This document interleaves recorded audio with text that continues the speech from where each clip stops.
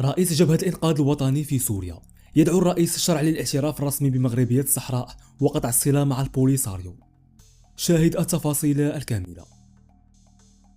دعا رئيس جبهة الإنقاذ السورية فهد المصري الرئيس السوري أحمد الشرع إلى الاعتراف بالصحراء المغربية وقطع العلاقات مع جبهة البوليساريو.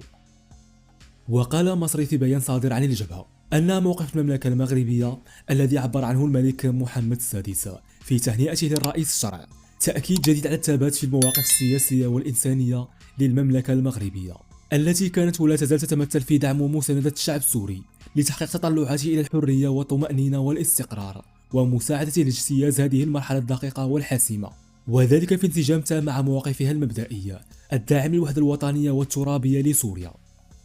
وأضاف البيان أن الجبهة تغتنم هذه الفرصة الطيبة لتجدد عميق تقديرها للمملكة المغربية وشعبها الشقيق، وتوجه الدعوة لأحمد الشرع بصفته رئيسا للدولة ولأسعد الشيباني بصفته عامدا للدبلوماسية السورية من باب العرفان بالجميلة والحث على الأخوة السورية المغربية إلى إصلاح كل الأخطاء الجسيمة التي ارتكبها النظام البادئ بحق العلاقات التاريخية بين سوريا والمغرب.